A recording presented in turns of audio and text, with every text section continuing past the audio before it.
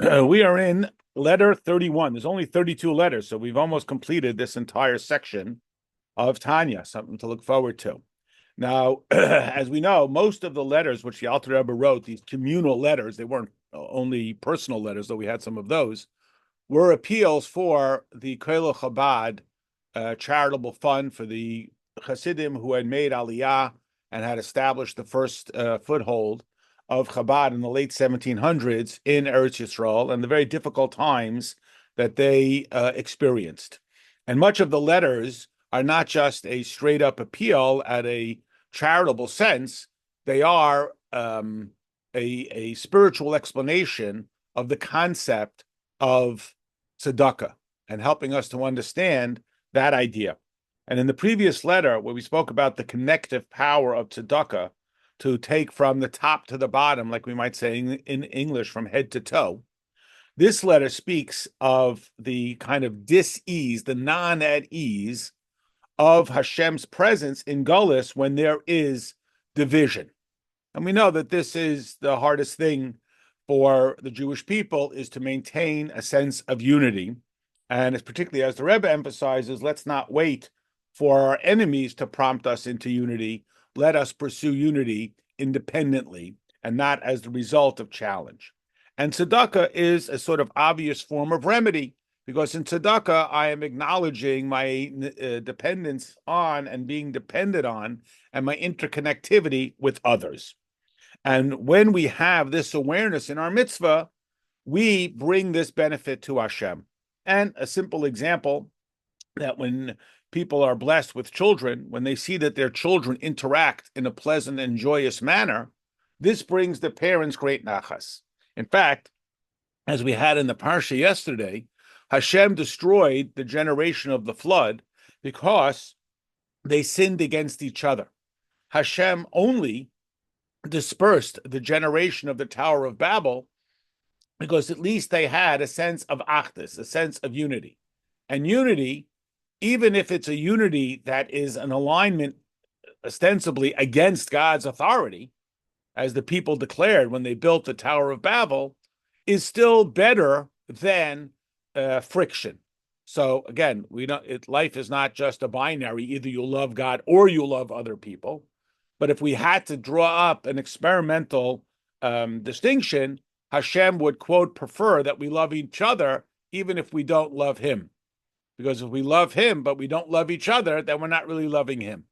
Because again, to use the analogy, if a person is blessed with children, the greatest thing you can do for the person is to benefit their children. And the greatest nachas, the greatest joy they can have is to see their children operating together in harmony and so forth. And this is what is the greatest gift of Hashem to Hashem, is when we act in this harmonious manner.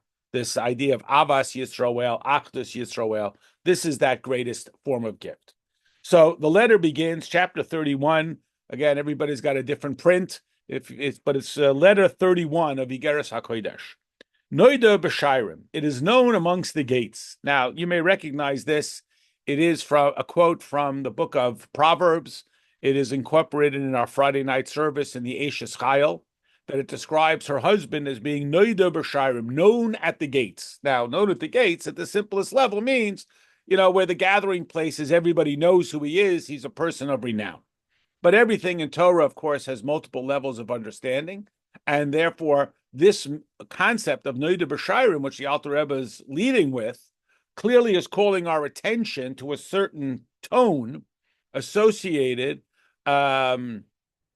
is associated with the message of this letter. Somebody posted a question, what about loving Hashem with all your heart? Again, it's not a competition about whether we love Hashem or we love other people. And again, our goal is to love Hashem, and the love of Hashem results in the love of other people. So it's not a competition. But if we were to draw up a lab experiment, when we have circumstances where people love God, or they at least claim to love God, but they don't love each other, so their love for God is incomplete. If people love each other, even if they don't love Hashem, it's also incomplete. I mean, we're not voting for that. And again, we don't live our lives in, well, it's better than nothing. but it's illustrating that point about the significance of unity amongst the people also results in bringing joy and love to Hashem. So yes, if I love Hashem, I love that which he loves, and he loves the people. And if I love the people, I bring joy to Hashem as well. So Noida B'Shairim, in addition to or in contrast to just known, what do you mean it's known at the gates? What are the gates? So in our context, what it's meaning is not that it's known sort of at the water cooler where everybody talks about it and it's well known and it's famous and so on, but rather it means it's known by the people who are inside the gates, the people who have greater access, by sort of the select few who are in this state of position. And in our context, it's a reference to people who are familiar with the Kabbalistic writings. Now, Hasidus incorporates Kabbalah. It is not Kabbalah. It does incorporate Kabbalah into our understanding. And Kabbalah is understanding the sort of inner workings of how the world functions and the interface between God and creation. And here, the Alter Rebbe is going to utilize teachings from Kabbalah to help us understand the concept as it is related to us.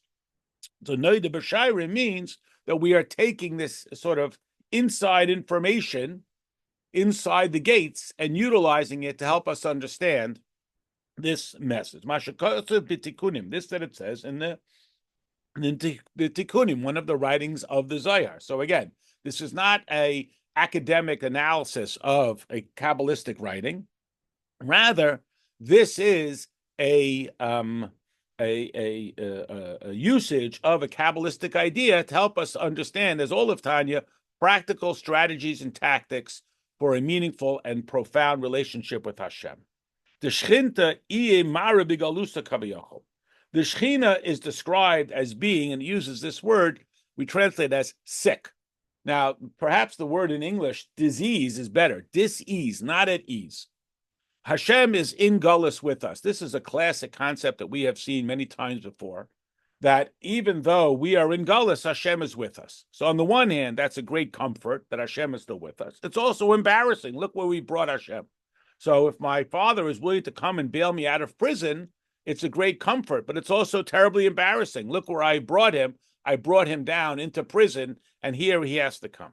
So while Hashem is here in Gullus, Hashem suffers with our suffering. You may recognize this verse. It's incorporated in the high holiday davening. In all of this suffering, he suffers, that God suffers along with us. And so when we hope for the redemption, it's not only for our personal benefit, but it's also for Hashem's. Just as a parent suffers along with their child, and they see their child in discomfort or pain, the parent feels a physical pain, not just empathy, but it is actually their own pain. And therefore, when the child is relieved of the pain, the parent is relieved. Well, in a similar sense, when we are relieved of Gullus, God is relieved as well. Perush, what does this mean? So now we are not just using this as some poetic illustration of the severity and intensity of God's connection with the people.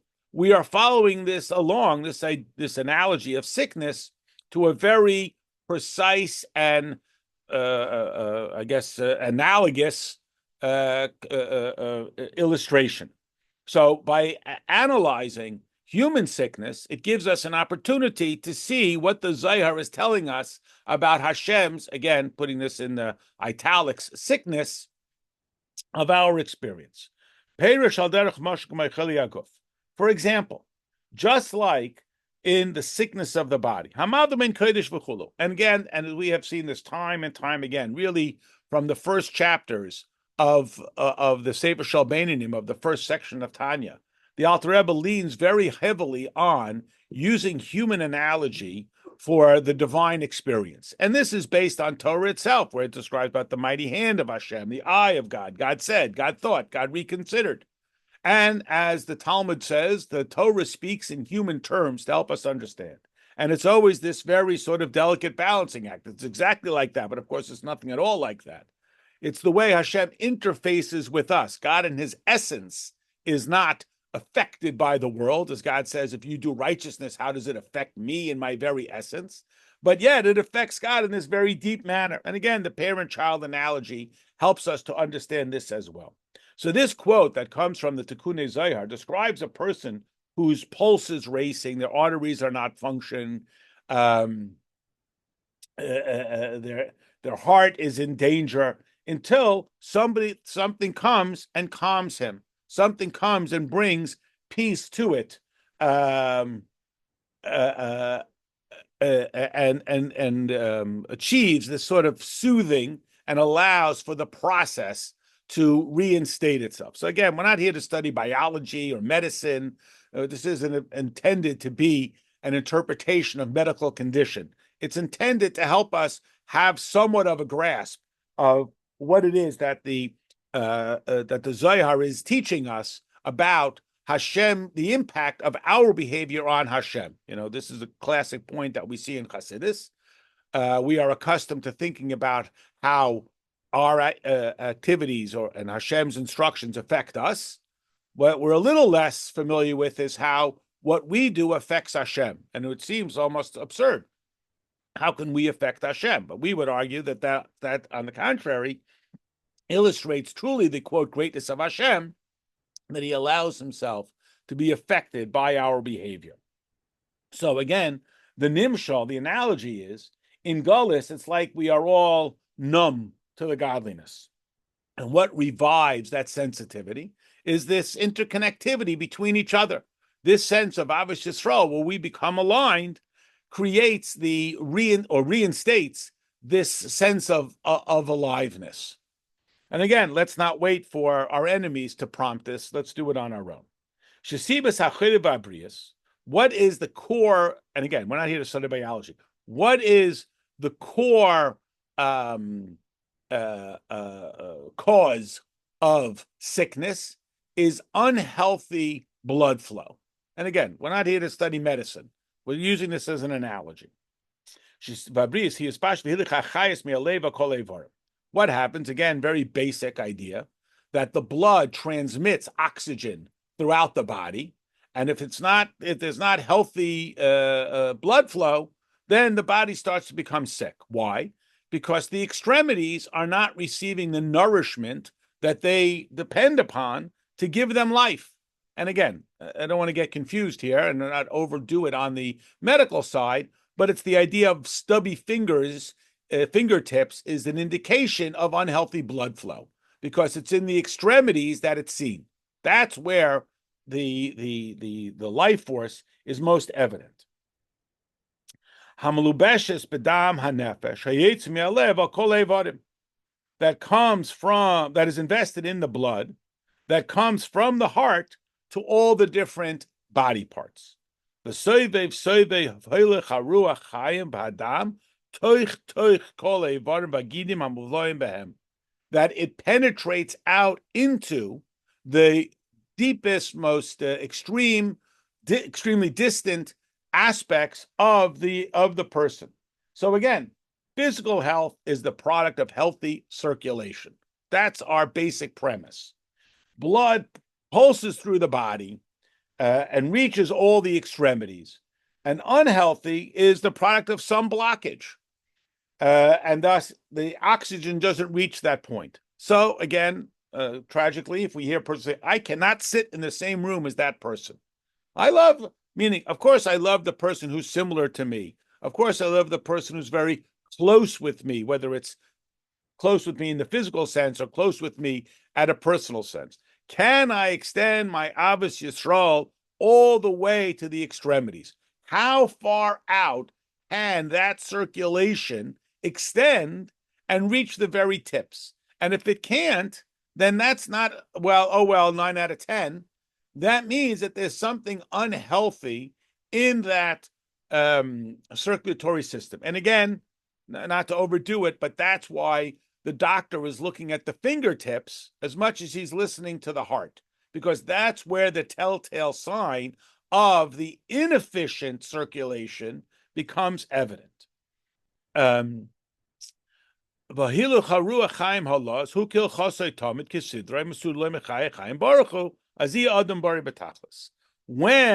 the blood is flowing uninterruptedly, when it's moving around the body in a healthy, strong fashion, when it is reaching out to all of these extremities of the body, this is a sign of good, strong health. The person is healthy. Because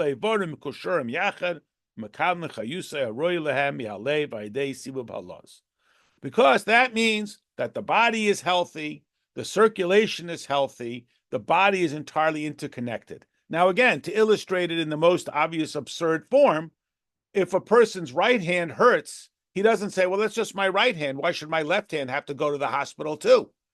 I mean, it's so preposterous that we would laugh. Well, it's the same thing with another.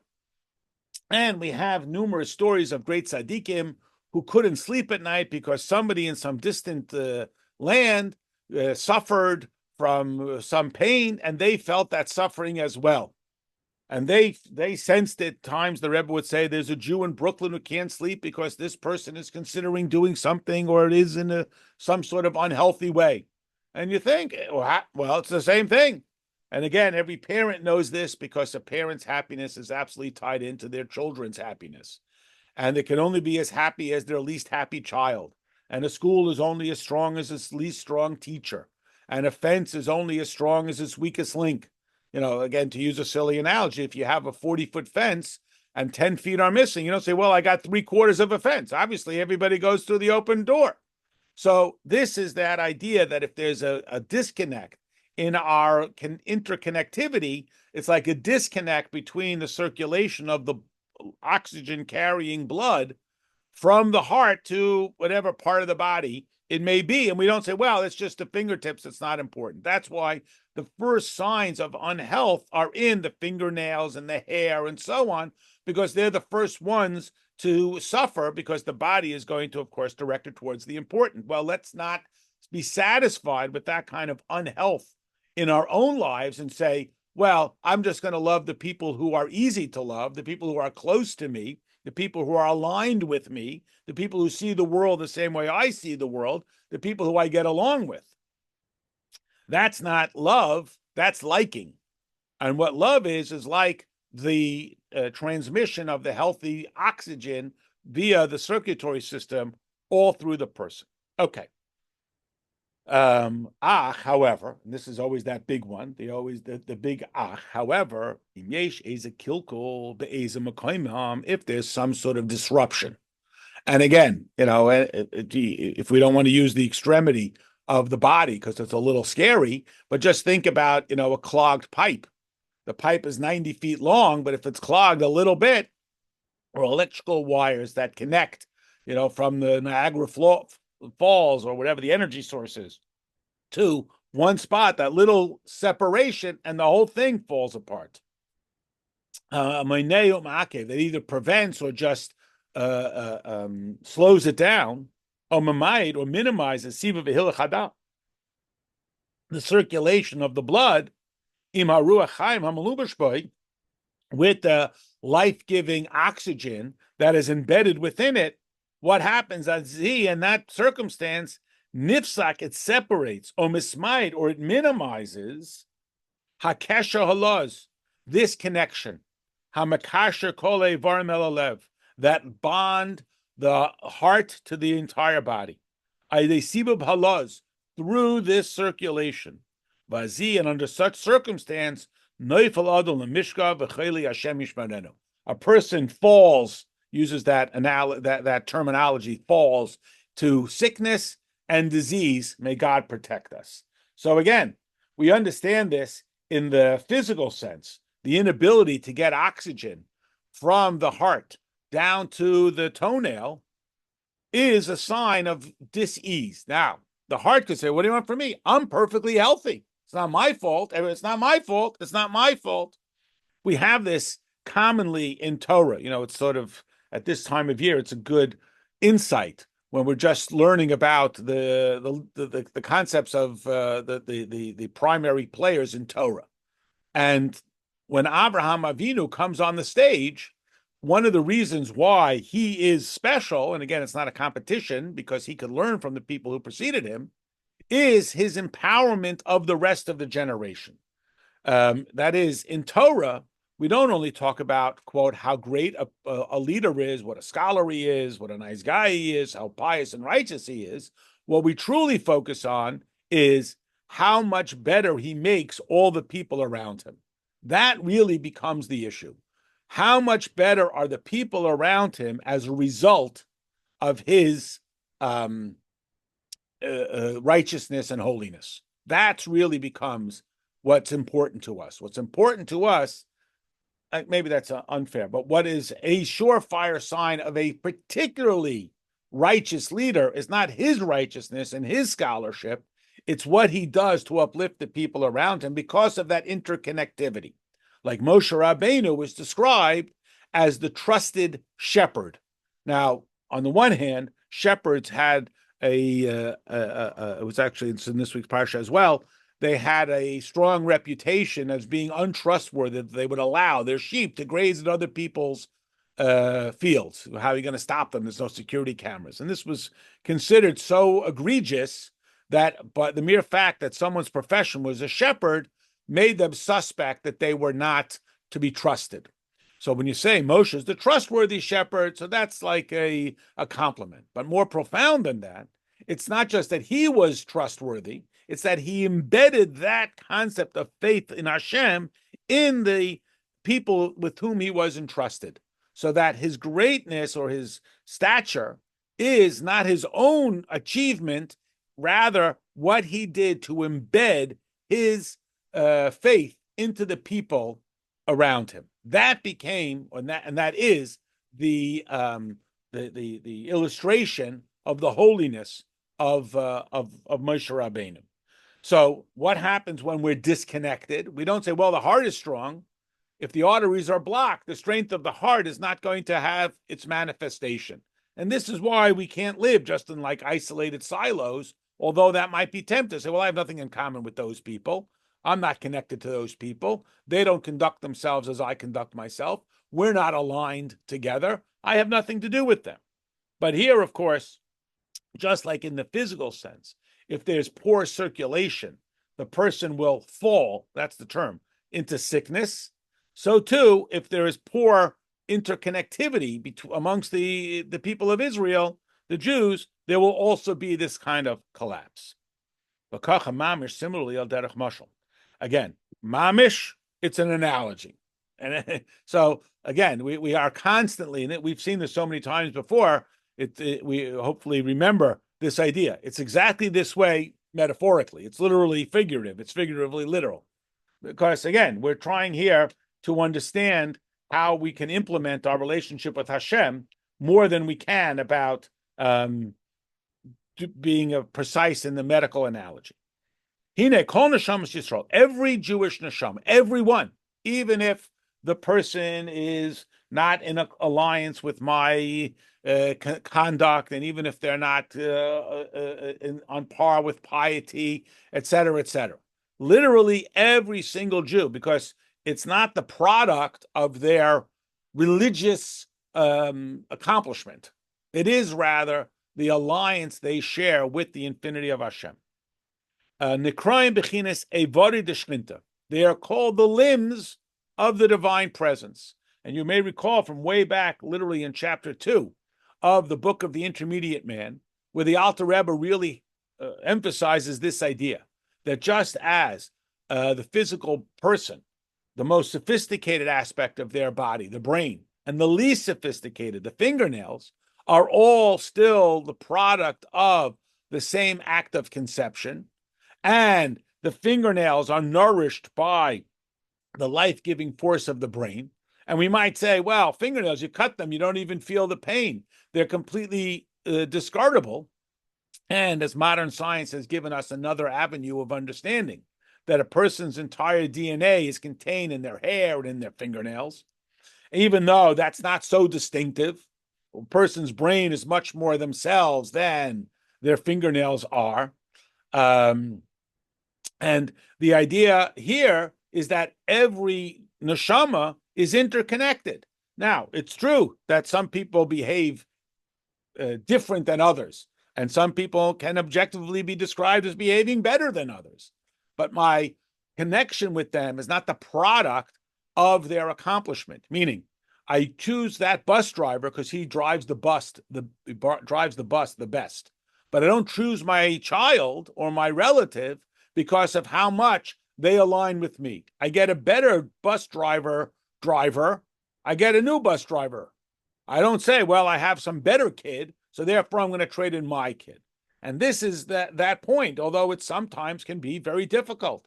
And sometimes we find people who are, quote unquote, in that sense, the family, and I say quote, I mean, because it's not a biological thing, Jews who behave in ways that are not in alliance with my neshama and my practice, my behavior. But they are one with me in my neshama. And I can even find Jews who are antagonistic to the behavior. But it's still this absolute oneness. And that's what the Alter Rebbe is talking about here. Just like the fingernails and the brain, to think, well, what connection do they have? And the message being, well, they're all part of the same body, and they are thus all nurtured identically. Commercial Kosev, and this is a pasuk. The pasuk comes from Tilim, chapter 73, and it reads, the whole pasuk reads, I'll just read you the whole pasuk. Kashe levavi, tzur levavi, v'chelke lekim le'olam. Translation, my flesh and my heart yearn. This is David HaMelech describing, King David is describing the longing he has for Hashem.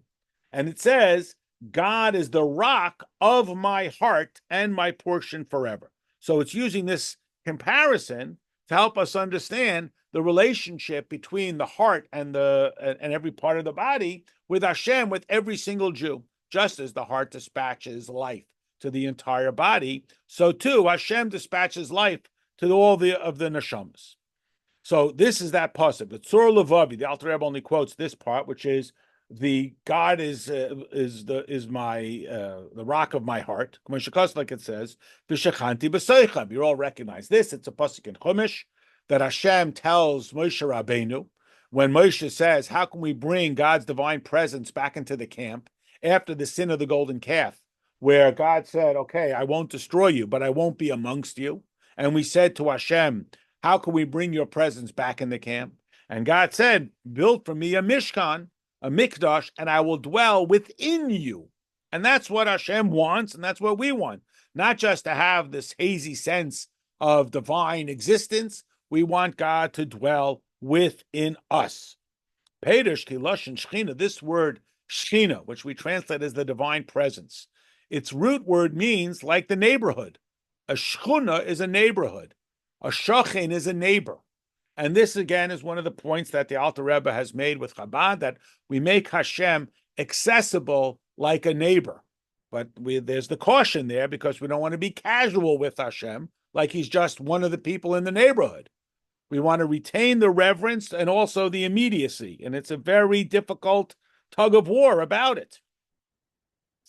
Perish ki lashon shechina hu she'or Hashem shoichen ba'olamos. The word shechina, again, residence, reside, neighbor, neighborhood, all of that tone that's associated with this word is that Hashem resides in all stages of awareness. The worlds, again, worlds are not locations, stages of awareness. Now, the most obvious place that you find Hashem is in the level called Atzilus. The word Atzilus meaning next to. I am consumed with being in proximity with Hashem. There's worlds that are less immediately aware of Hashem. Are these three? Bria, I'm a creation. So I guess I'm a creation. It's not so much about me. There must be a creator. Yitzira, I am a nuanced piece of art. There must be an artist. And ultimately, Asiya, this is a world of action, an activity, and so forth. Lachayoisam, to give them life. How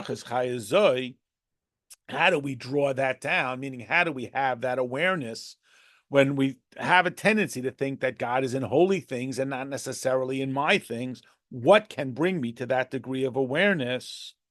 The interface between the infinity of Hashem and this finite world is the Jewish soul. The Jews are the ambassadors of godliness to this world. The human is the highest form of creation. The neshama is the connectivity the infinite of Hashem that's invested in this world. And that's the meeting point between the human and the spiritual, the divine and the material, the physical and the ethereal. That's that connection point. So the more we access it, the more the world benefits from it. Because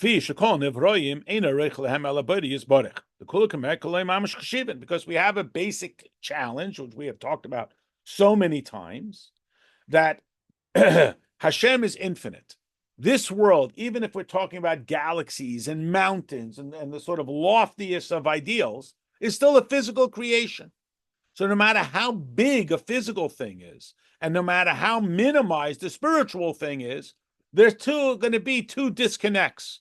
They're going to be completely incompatible because the physical is physical. And even if it's enormous, it's still measurable, even if it's measurable by just saying what it's not.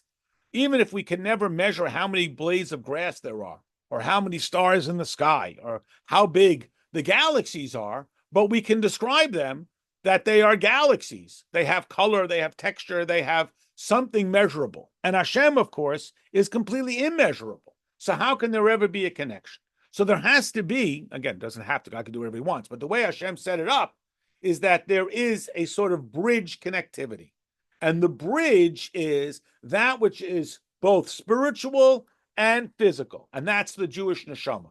It's both aligned with the spiritual, it's an actual part of Hashem, and yet it is invested within the person. God blew the breath of life into Adam. So they became connected. So the adapter between the spiritual and the physical is the Jewish neshama, because this world is innately a physical entity. No matter how lofty it is, no matter how physically large it is, no matter how virtuous it is, it's not infinite. And the Jewish neshama is absolutely infinite. And that's why it can become a connection, because any physical thing has no existence within the infinite of Hashem. So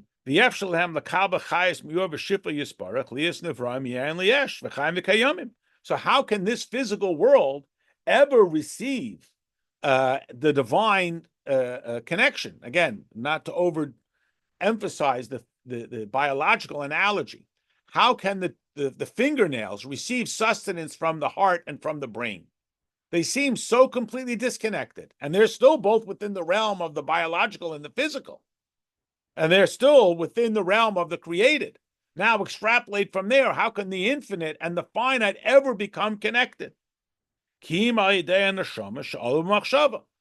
only by Hashem having created this connector, this distinctive entity that is created just to be the adapter, the bridge, the connector between the physical and the spiritual, which is the neshama, which the Alter Rebbe now goes on to describe what is distinctive about the neshama. First of all, shalom machshava. It was the first idea, meaning this is what prompts all of creation. When a person sets out on a mission, they hopefully have some end game in mind. What's something, why are we here, and what do we hope to gain? I mean, we imperfect human beings, we tend to diddle-daddle and so on without any goal. But really, we want everything to be driven by what is the objective here? What is the purpose? What is it that we hope to gain? What is it that we are in pursuit of? That's what we hope to set out with and have some mission statement. Like, what are we here? What do we want to do? What is the goal here?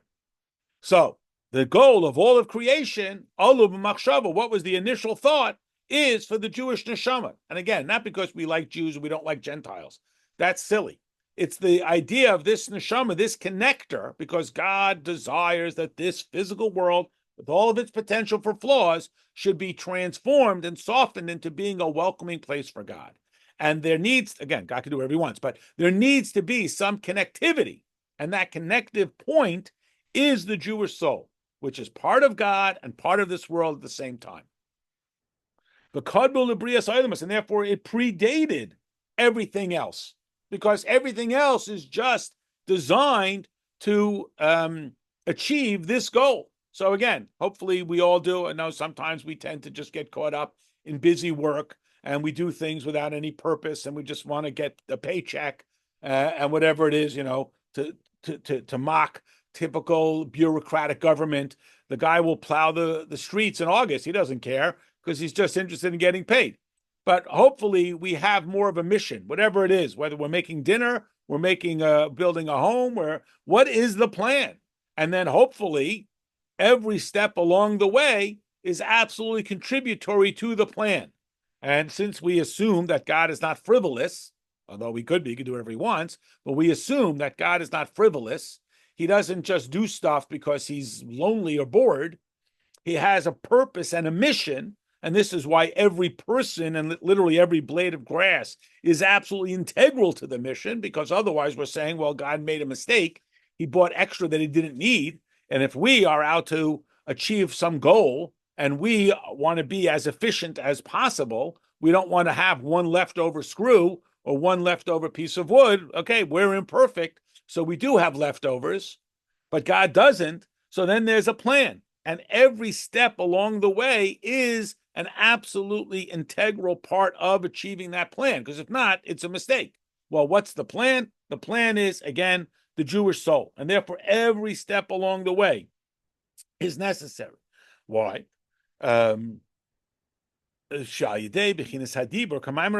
Which will be achieved through Hashem's statements. Like the sages say, with when does Hashem become king, which again is Hashem's goal, and not a king in the sense of I'm a boss. He's God. Why would we want to be king? The idea of king is that he connects with the people like a real king, not just some self-important fascist, but the idea that he wants to be in line with the people, as is known from other source material. So Hashem has this desire. You recognize, we say it in Chabad, we say it every day in the davening, others say it on Yantif, Adon Olam Masher Malach, the master of the world, who was the king, B'terem Kol Yitzur Nivra, before he created anything. So we ask the question, well, how can he be the king if there isn't anything to be the king over? It's like you're not a sibling until you have a sister. You're not a parent until you have a child. What do you mean he's the king? Who's he the king over? The idea being that this is God's desire, is to be king. And again, he's God. Why would he want to be king? That's a step down. The idea is it's a personal relationship. It's a deep connectivity between Hashem and the people. So every step, that's God's desire. Adon Olam, he was the master of the world, but he wanted to be king. And that it necessitates, again, he's God. He can do any style he wants, necessitated all of these stages in creation. And the primary is the Jewish neshama, the Noida B'Shaim. And again, back to this term, he knows it, or it is known in the depths, in the gates, when we talk about how the mitzvahs affect Hashem, not just how they affect us. He called Ham Shachas Achayis Vashba Milyonim Taptainim Mehen Hank Mashkas V'Sefer Yitzira Noitz Chilosim V'Sefer V'Sefer V'Chilosan. And here we touch upon a term that we have seen before, that like we say every day when we say the bracha, that Hashem is Elokeinu, he's our God, and we are his, that the beginning and the end are absolutely intertwined. The term they use is they're wedged into each other. The very, very beginning, the whole purpose is to achieve the ultimate goal. And again, if we are disciplined about it, we have focus, and we follow every single step. Now, we get sloppy, and we make mistakes, and we overbuy, or we underbuy, or we get distracted, and so. But we are presuming that Hashem is literally on the task in absolute focus and concentration. And therefore, every step from the beginning is evident in the end. You don't always see it along the way. You know, the classic example that Hasidus uses is building a house. Person says, I want a house. Why? Because I want a place to feel at home. Oh, okay. So what's the first thing he does? He digs a hole in the ground. Well, we don't see until, now that he finally has the place to come and be at home, now you see how every step is absolutely intertwined, and you couldn't have shortcutted it. And you didn't bring the couch in when you just had a hole in the ground. And so, but those are the last things that are done, was the whole purpose, because there's absolute focus on what we're doing. And again, we're imperfect people, and sometimes we forget about that, and so on. But this is that idea. The goal is to make this world, with all of its flaws, and all of its potential for selfishness into a place welcoming of the infinity of Hashem. The Kisvi Arizal Mechunim Hashem Or Yashav Or Chazer. The Arizal describes this as the light that comes directly from Hashem, that he invests into this world, and what we give him back, the return on his investment, the light that comes in and the light that goes back, that Hashem gives to us and that we return to him. Like the description of these divine entities that are racing and returning, that there is a purpose. You make the investment in order to get a return. Now, again, we are imperfect people and we get sloppy, and sometimes we invest in things because we think it's fashionable. We get caught up in hype. But the person who's managing our finances, we want them to invest in things that make money. We don't want them to invest in things just because they're trendy and so on and so forth. Again, we're imperfect. Based on all of this that we have now laid out for you, which is very difficult to describe in words because it's such a sensitive concept. How can you describe these spiritual ideas, emotional ideas in words? Nikras Hashchina b'Shem Lev. So God's divine presence is the heart. That's in this world. That's the Beis HaMikdash. That's the Mishkan in the wilderness. And the goal is not for the Mishkan to be a holy place. The goal is not for the Beis HaMikdash to be a holy place. The goal is that holiness should be dispersed throughout all the lands, that holiness should be spread out to every angle and corner of the world. That's the goal. Not just that should be a holy place, but that holiness should spread out. Like we have this midrashic foretelling that in the time of Mashiach, Eretz Yisrael will spread out amongst all the nations. This isn't about imperialism. It's the idea that concept will be brought to the entire world, to the most remote of areas. Lahoides lanu ki kasher kol neshamas. I'm sorry, in order to teach us, kasher kol neshamas dvukus u'mekasheres yachad. What is it that effectuates this plan? When the souls are all unified together. When there's fracture, that's like the body, and the left hand and the right hand are disconnected. Since the whole purpose of the neshamas is invested in this world, even if it's invested in a person who's desensitized to their souls, and they're not in touch with it, and they're not using it as the guiding, driving force of everything that they do, that it's simply some aspect that they have relegated. And like the Alter Rebbe describes earlier, they've put it to sleep. They've imprisoned it. They don't let it express itself. But again, that's like saying, well, I don't care that my fingernails are not healthy. That is a sign of overall unhealth. It's not separated out. I can't sort of section that off and say, well, that's not part of my body. It is absolutely one with myself. Azi, then what happens? Sivu v'hiluch ha'chayis ha'shpos soivev soivev. Then, when they're connected, the blood or the spirituality flows. There is a mashal which I was impressed to see actually comes from Torah. It's in a medrash. I mean that sincerely. It's not just an excuse. And it's something I had always heard, but I didn't realize that it came from Torah. And it's one I'm sure everybody here has heard as well. The people who are sitting on a boat, and one guy decides to dig a hole under his seat. And people say, what are you doing? He says, well, I paid for this seat. I can dig a hole. Well, obviously, if he digs a hole, the whole boat's going to sink. Why should he be responsible? Now, again, whatever it is in our broader secular society, we have the sense that I can do whatever I want as long as it doesn't affect anybody else. That is certainly not Torah's perspective. Torah doesn't say it's okay to eat ham as long as you do it in your own room. That's A. And B, there's no such thing as that what I do doesn't affect other people. What I do very strongly affects other people. It affects them just like the guy drilling the hole in his boat. And my idea that I can sort of ignore that because he and I don't dress alike and we don't associate together is a fundamental flaw. Now, again, this sounds clearly it's one of the driving forces between the concept that we're all familiar with about the whole message of Chabad, that we're not saying, well, anybody who wants to come here is welcome, but if they're out there, well, it's not my problem. That would be like the heart saying, well, it's not my problem that the toenails aren't strong. I'm a strong heart.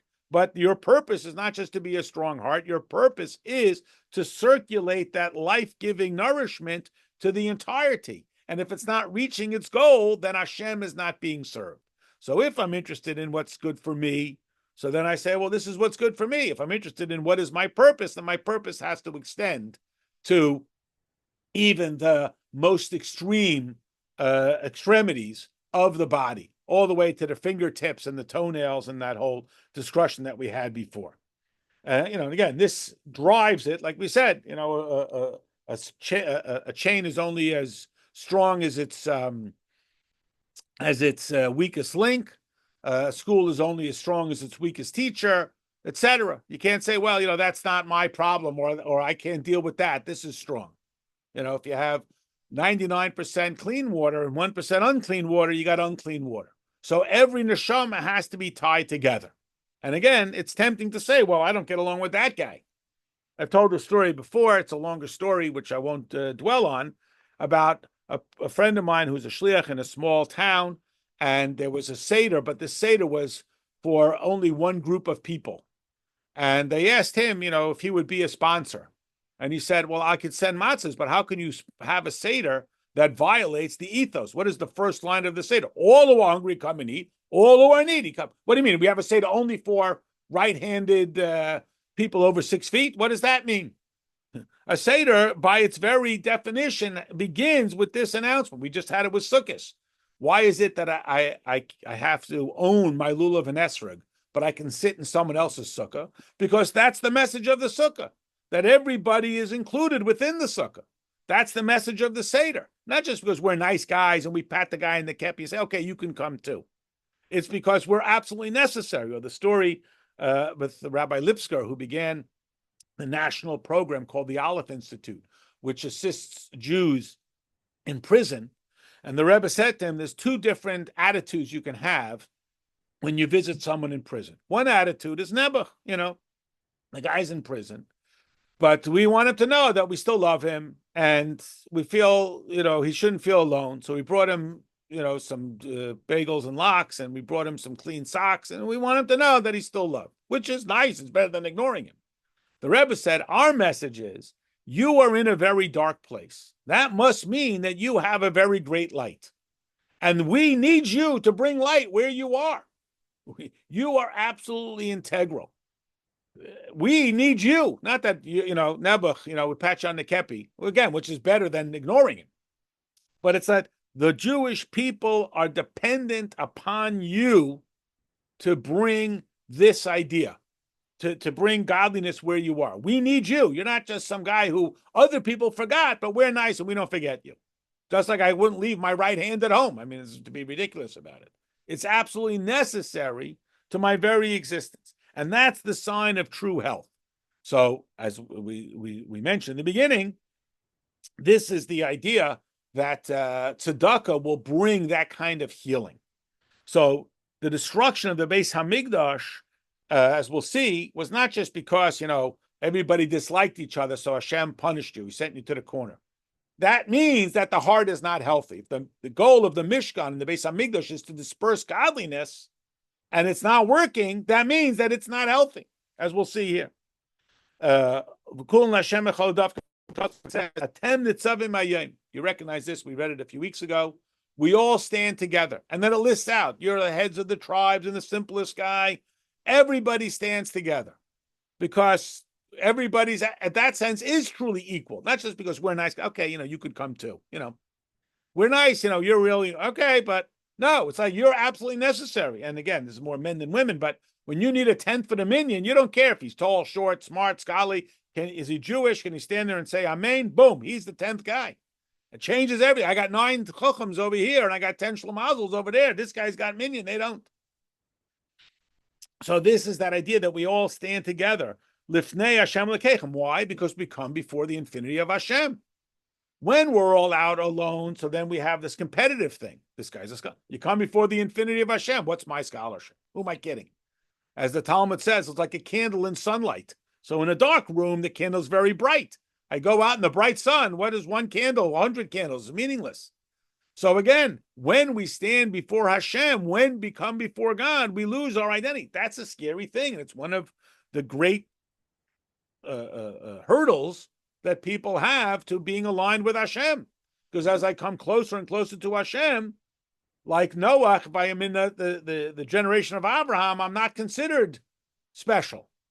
And that's an aspiration, but it's a hard one. It's very difficult to be accepting of that because that feels very scary. Like I'm going to get lost, I'll get hurt, I'll be ignored, or whatever it is. Those are some very scary to the animal soul. That's a very scary thing. To the godly soul, he loves it. He wants to be aligned with it. He wants to be subsumed in this infinity. And that's, again, when are we standing all together? When we are before the infinity of Hashem. Now we know, again, little editorializing, we know that unfortunately, one thing that brings the people together is when there's enemy. But let's not resign ourselves and say, well, that's the only way we can have unity. Let's have the unity by coming close to the infinity of Hashem.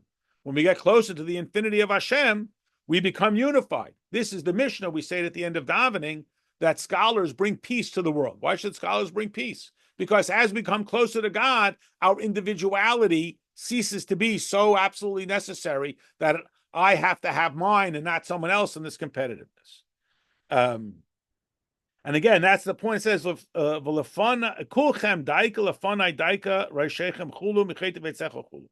you come, all of you together. That's what enables you to stand before the infinity of Hashem. It's not just that, okay, come on, we need the toenails also. If I didn't bring the shlamazel with me, if I didn't bring, that means that I am not really eligible to stand before the infinity of Hashem. I'm not eligible to stand before the infinity of Hashem as long as I see myself as separate from him. What's going to bring us before the infinity of Hashem when we are kulchem, when we are all together? This is what we mean when we're told. Now we understand from this circulation metaphor. Yes, Cardi? Sorry. You want to say something? Yeah, I just have a quick question here. It's just a real tiny thing, but I get, when we're all together and we're within the infinity of Hashem, that's the way, it kind of works from this end, but I wonder, it doesn't feel like we actually lose ourselves in the eyes of Hashem. It's like if you've got 20 children and they're all together, that's great because it's the family and everything's wonderful and you're all together, but you don't forget each child. And it's like Hashem is still caring somehow magically or whatever, still does care very much about each one of us. And I think, wouldn't we feel that? So we don't have to be so frightened of it, but knowing that it still is the purpose to be all together, and that's what we need to do for our side of the world. But I don't know. There's something there that just is questioning to me. Well, let's begin at the premise, meaning why am I invited to the family reunion? Because of the food I bring, because of my personality or my character? No, the premise is I'm invited because I'm part of the family.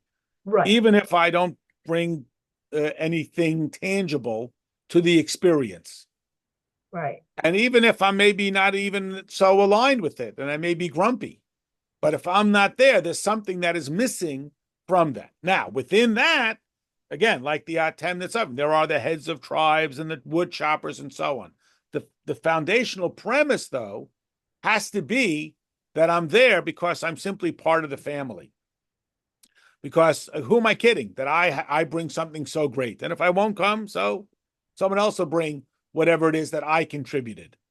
So it's this sense of my alliance with the infinity of Hashem is absolute, simply because I am a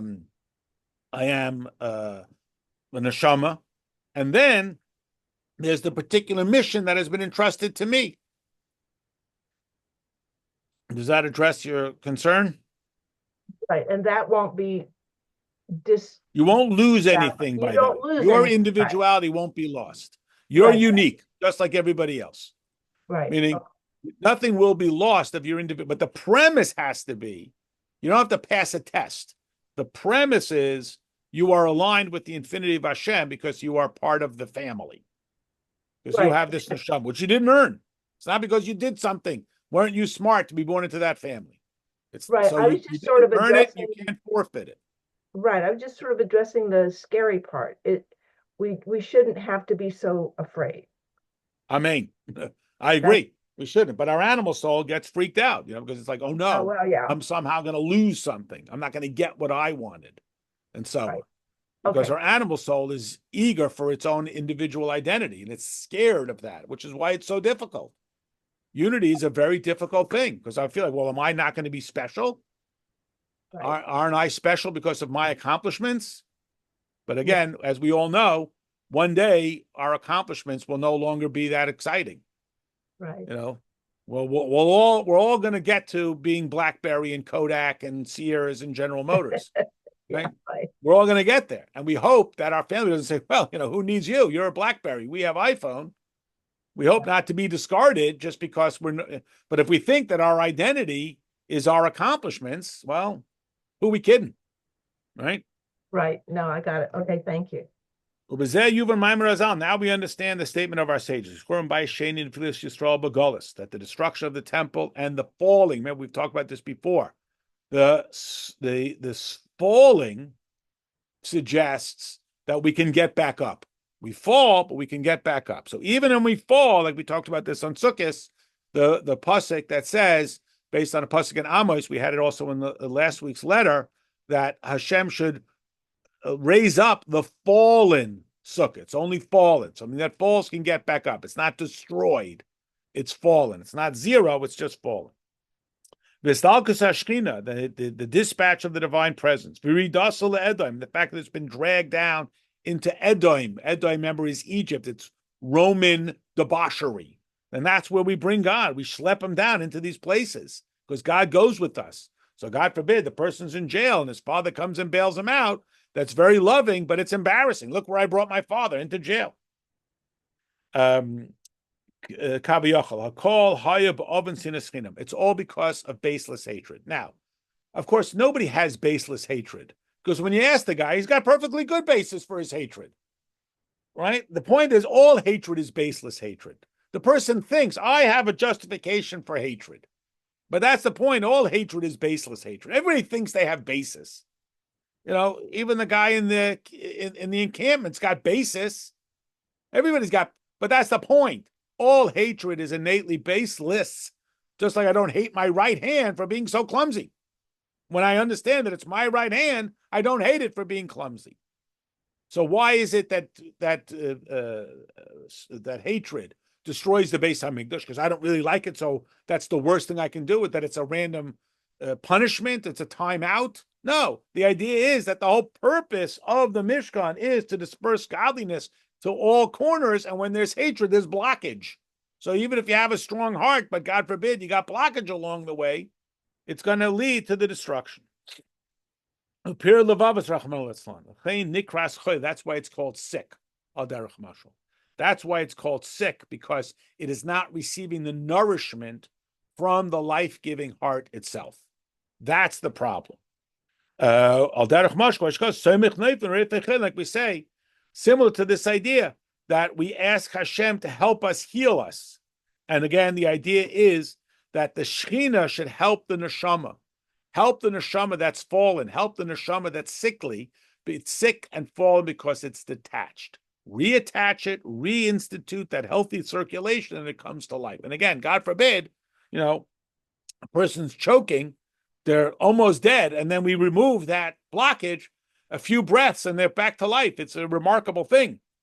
If you've ever witnessed a person literally choking to death, and then just that quick Heimlich, and they get rid of the blockage, and their life comes right back. And this is what can happen. We can reinstate this life, even though that person dresses differently than me and pronounces the words differently than me and is more meticulous in their awareness than I am, and therefore I might feel no connection to them whatsoever. And that's this idea. That's why it's also in the plural. No fleem. He stands up the fall-ins, plural. Rofe cholim. He cures the many sick people. Lashon Rabim Hem Kol Eivarim Chulu, which is a reference to all of the limbs, which we are all limbs off that center source. And as we derive nourishment, we become healthy. And if we're sick, it's not because we are sick or the source is sick. It's the connection that will reinstate our health. That's what brings the health back to life. Okay.